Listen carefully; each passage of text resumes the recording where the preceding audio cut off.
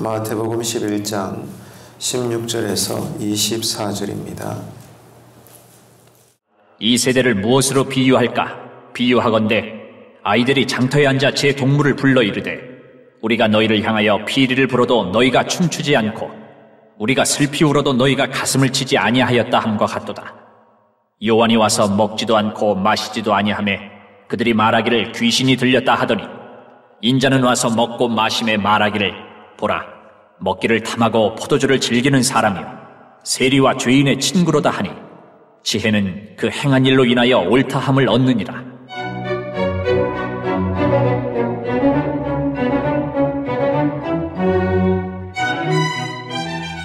예수께서 권능을 가장 많이 행하신 고을들이 회개하지 아니하므로 그때에 책망하시되 화 있을진저 고라시나 화 있을진저 벳세다야, 너희에게 행한 모든 권능을 두로와 시돈에서 행하였더라면 그들이 벌써 베옷을 입고 제에 앉아 회개하였으리라.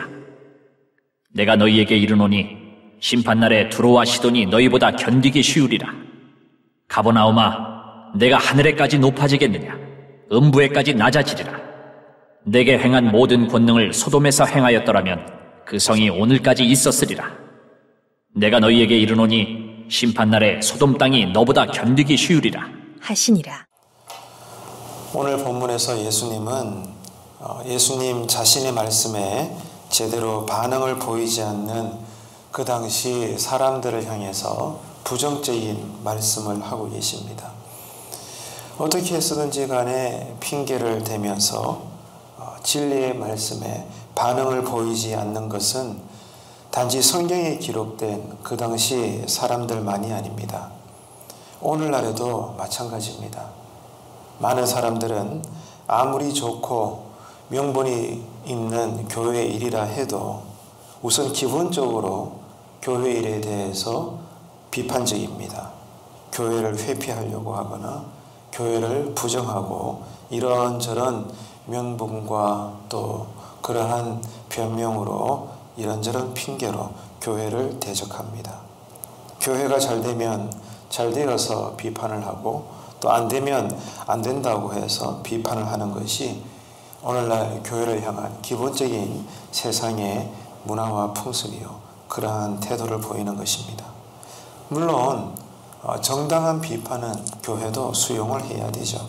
하지만 그런 것이 아니라 진리를 품고 말하고 그렇게 행동하며 살아가는 교회를 향한 세상 사람들의 기본적인 태도가 어떠한 것인가 하면 부정적이다, 그 말입니다. 비판적이고 부정적이며 또한 대적적입니다. 그렇기 때문에 이런 오늘날 세상적인 문화 풍조와 세상 사람들을 향해서 성도는 휘둘릴 필요가 없다는 것입니다. 사람들이 왜 저래? 그러지 말라는 겁니다.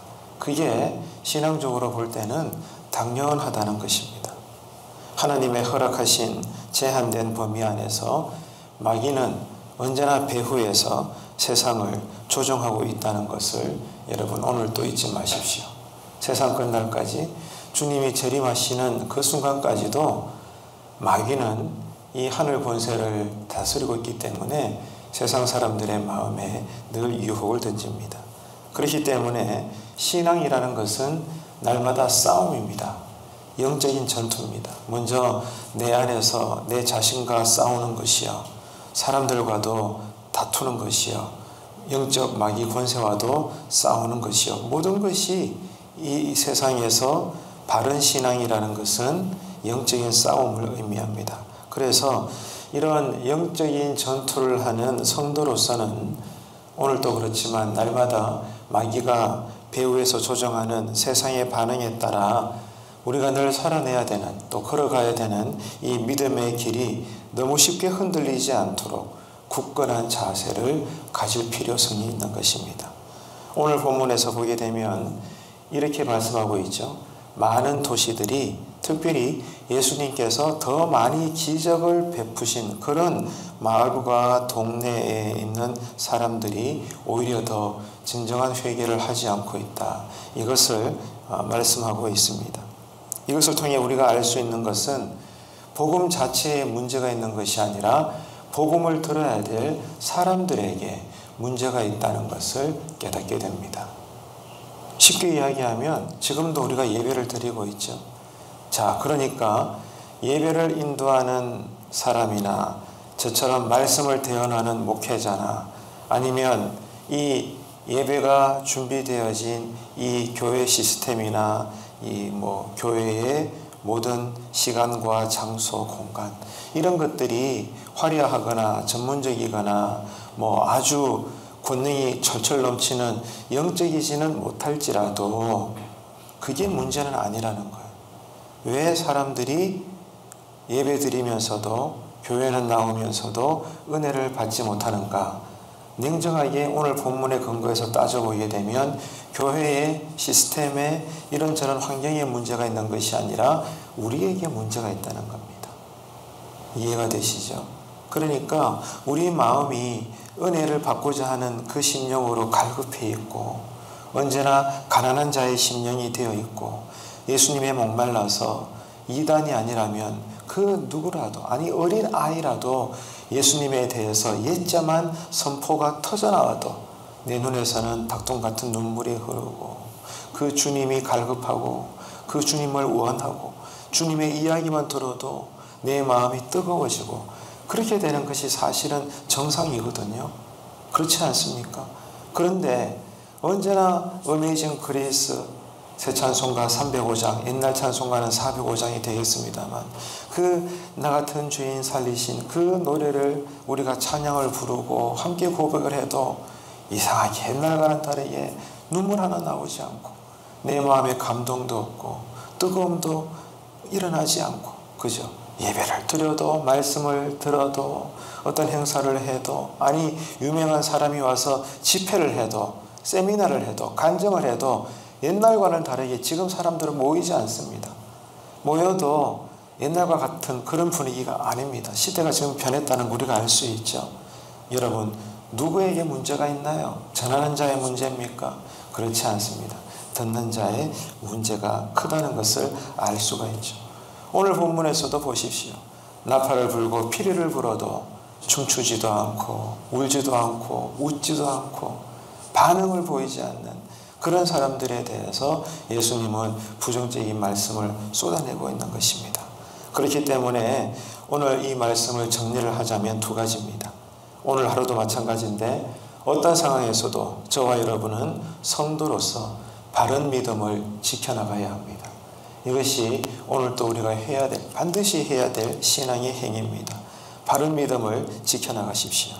그리고 불신자들이 아무리 이 복음에 대해서, 교회에 대해서, 그리스도인에 대해서, 신앙에 대해서 자꾸 회피하려고 하고 거부하려고 하고 부정하려고 하고 무턱대고 비판하려고 한다 할지라도 복음을 거부할지라도 끝까지 이 복음을 전하면서 살아낼 수 있는 복음 전도자가 되시기를 축복합니다.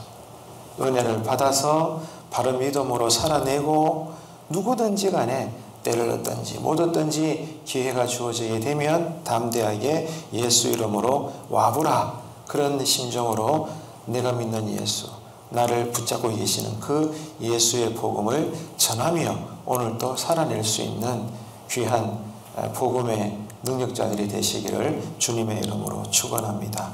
기도하겠습니다. 하나님 아버지 은혜를 감사합니다. 복음에 전혀 반응하지 않는 냉담한 세상을 보면서 오늘도 우리들이 낙심하지 않게 하여 주옵소서. 그리고 예수님처럼 어떤 냉대와 무관심과 비판 앞에서도 굳건하게 말씀대로 살아내며 더 나아가 그 말씀을 전하면서 살아낼 수 있는 오늘 하루의 거룩한 삶이 되게 하여 주옵소서. 예수님의 이름으로 기도합니다. 아멘.